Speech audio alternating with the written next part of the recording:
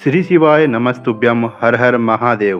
दोस्तों, जितिया व्रत कब है? जितिया व्रत का शुभ मुहूर्त, जितिया व्रत के पारण का समय, साथ ही जितिया व्रत करते समय किन बातों का आपका विशेष रूप से ध्यान रखना चाहिए, इन सभी बातों के बारे में आज बात करने जा रहे हैं। दोस्तों, इस बार करना क्या है, आपको 5 अक्टूबर को नहाय खाए और सुबह सूर्योदय से पहले और 6 अक्टूबर को सुबह से ही जितिया व्रत रखने वाले महिलाएं जितिया व्रत रखी जाएगी। 7 अक्टूबर को पारण का इस व्रत का पारण किया जाएगा।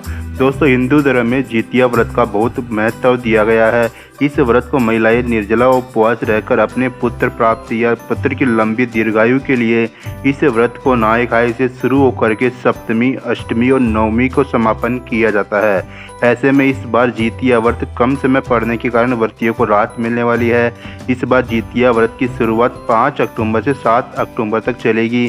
दोस्तों, आपको करना क्या है, उन्होंने कहा है कि जितिया व्रत में व्रती महिलाएं अष्टमी का निर्जला व्रत रखकर उपवास करती है। जितिया व्रत सप्तमी से शुरू होकर के नवमी को समाप्त हो जाता है। दोस्तों, आप जानते हैं जितिया व्रत का शुभ मुहूर्त का समय आपको करना क्या है, 5 अक्टूबर को नहाय खाए और सुबह सूर्योदय से पहले तक और 6 अक्टूबर को सुबह से ही जितिया व्रत रखने वाली महिलाएं जितिया का व्रत रखेगी। 7 अक्टूबर को सुबह के 10:32 पर व्रत का समापन कर पारण कर सकेंगे। 6 तारीख को सुबह के 9:34 तक सप्तमी तिथि रहने वाली है। इस सूर्योदय के मुताबिक जितिया का व्रत सुबह से ही होगा। सुबह से लेकर के अगले दिन यानी कि 7 तारीख तक 10:32 तक उपवास का समापन करेंगे। वहीं इसका व्रत अष्टमी तिथि को रखा जाता है। मिथिला पंचांग के अनुसार यही निर्धारित समय दिया गया है। हालांकि अलग अलग जगह पर समय का अंतराल हो सकता है। दोस्तों, इसमें जीवित वाहन देवता की पूजा की जाती है। यह पूजा संतान सुख, संतान प्राप्ति या संतान की मनोकामना के लिए यह व्रत रखा जाता है। वहीं विवाहित की स्त्रियां यह व्रत रखती है। वहीं इस पूजा को करने से संतान के दीर्घायु, आरोग्यता और सुख शांति सहित संपन्नता आने लग जाती है। यह दोस्तों, जितिया व्रत का पूजन करने के लिए माताएं पहले से करती आ रही है, उन्हें पता है कि कैसे पूजा की जाती है। दोस्तों, अगर आपको पहली बार पूजा कर रहे हो तो आप उनके वीडियो देख सकते हो, पहले की वीडियोज आप देख सकते हो। दोस्तों, इस व्रत का पारण आपको 7 अक्टूबर को 10:32 के बाद आप शरबत ले सकते हो या फिर कोई मीठा जल भी आप ले सकते हो, जिससे कि आपके शरीर में एनर्जी लेवल बना रहे। हिंदू धर्म में संतान की माता जितिया व्रत को खूब मानती है। यदि स्त्री संतानहीन है तो संतान प्राप्ति के लिए व्रत रखती है, जबकि माता अपने पुत्र की लंबी आयु के लिए इस व्रत को रखती है। यही कारण है कि इसे जीवित पुत्रिका व्रत के नाम से भी जाना जाता है।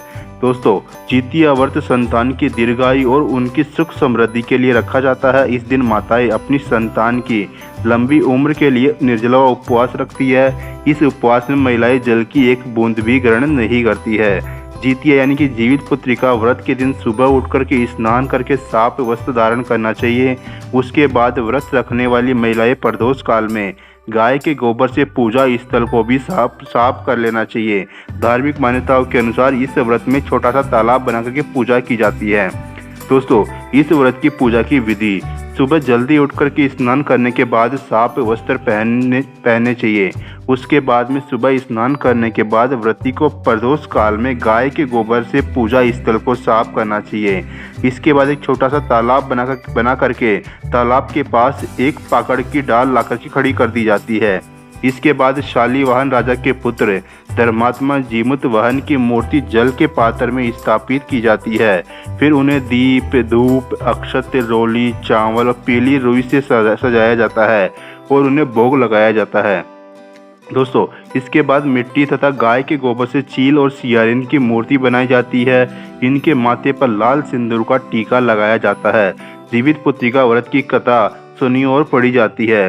वंश की वृद्धि और प्रगति के लिए उपवास कर बांस के पत्रों से पूजा की जाती है। दोस्तों, जितिया व्रत में 5 सावधानियां आपको रखनी ही चाहिए। छठ के व्रत की तरह जितिया व्रत से एक दिन पूर्व नहाय खाए किया जाता है। इसमें व्रती स्नान आदि और पूजा पाठ के बाद भोजन ग्रहण करते हैं और अगले दिन निर्जला उपवास रखते हैं। इसलिए नियम के तहत नहाय खाए के दिन भूलकर भी लहसुन, प्याज, मांसाहार या तामसिक भोजन नहीं करना चाहिए। जितिया का व्रत यदि आपने आरंभ कर दिया तो उसे हर साल रखना चाहिए। इस व्रत को बीच में नहीं छोड़ना चाहिए। मान्यता है कि पहले सास इस व्रत को करती है, उसके बाद घर की बहू द्वारा यह व्रत किया जाता है। अन्य व्रत की तरह जितिया के व्रत में भी ब्रह्मचर्य का पालन करना आवश्यक है। इसके साथ ही मन में भी किसी भी प्रकार का बैरभाव नहीं रखना चाहिए। इस दौरान लड़ाई झगड़े से भी दूर रहना चाहिए। जितिया का व्रत के दौरान आचमन करना भी वर्जित माना जाता है, इसलिए जितिया व्रत में जल का एक बूंद भी ग्रहण नहीं करना चाहिए। जितिया व्रत के नियम पूरे 3 दिनों के लिए होते हैं। पहले दिन नहाए खाए, दूसरे दिन निर्जला व्रत रखा जाता है और तीसरे दिन ब्रह्म मुहूर्त में उठकर के स्नान आदि और पूजा पाठ करने के बाद ही व्रत का पारण करना चाहिए। दोस्तों, आपको इन सभी बातों का विशेष रूप से जितिया का व्रत करना है। उम्मीद करता हूँ जानकारी आपको पसंद आई होगी। जानकारी पसंद आए तो वीडियो को लाइक कर दीजिए, चैनल को सब्सक्राइब कर लीजिए।